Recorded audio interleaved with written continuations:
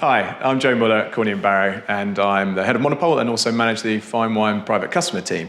I'm here today to talk to you about the Côte de Beaune and 2020 vintage, which we'll be launching very shortly, which you can find on our hub, and the vintage itself and how it's had an impact on the different wines and producers that we work with. 2020 itself is a very good year, and you'll come across this both for whites and reds.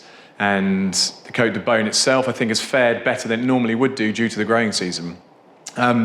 Warm will be banded around as a term within the growing season, and yes, it is, but it's not a particularly hot vintage compared to 2018, previously. The average temperatures, for example, in August were higher there than they were in 2019. So yes, it is warm, but the growing season was shifted forward, and what that's resulted in is quite a classical growing season, which in reds has given some structure.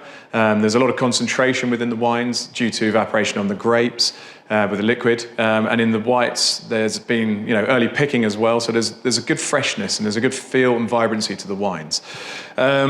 I think if you're looking to sort of explore the different styles, moving down from Beaune through Volnay and Pommard for the reds, you will have quite perfume, but you're going to get some nice sort of black fruit character coming with those crunchy red fruit tones. Then moving further into the more renowned white regions of Puligny-Montrachet, Sachin-Montrachet, and Meursault.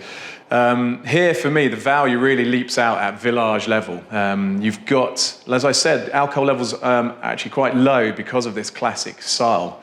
Despite having nice, warm ripening period, you will have these wines which will be fresh and at village levels, a little bit more texture and a little bit more concentration than you would usually find. So for the value buys, I would certainly look at jumping in village level on white Burgundy and red Burgundy in 2020.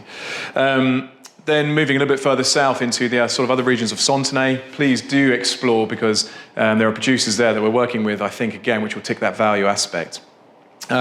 I'd like to draw particular attention on the whites to François Carillon. I think he's gone for a style which is very pure, and through Bourgogne level up to Premier Cru in both Chassagne and Puligny, it screams value, and he's continuing that run. I'd then on the reds probably draw attention to Glantonnay. They've been on a bit of run. We haven't been working with them for that many years, but it's a brother-sister duo which are they're making really good headway, and the wines are becoming more elegant, more refined year by year.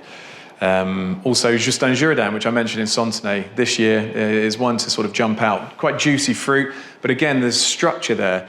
And that structure is going to allow the wines to age very well. But given you've got that sort of earlier growing season, that's still warmth, there's going to be a nice approachability to the wines.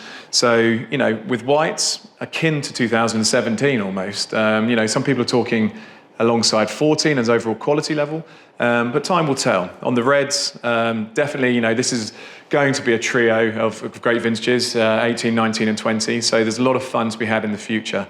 A quick word on quantities. Wine, the production is lower for reds than it is white, but given 2021 having such a devastatingly low crop, some producers are likely to hold some back. So you're probably going to see similar sort of release quantities that you did last year.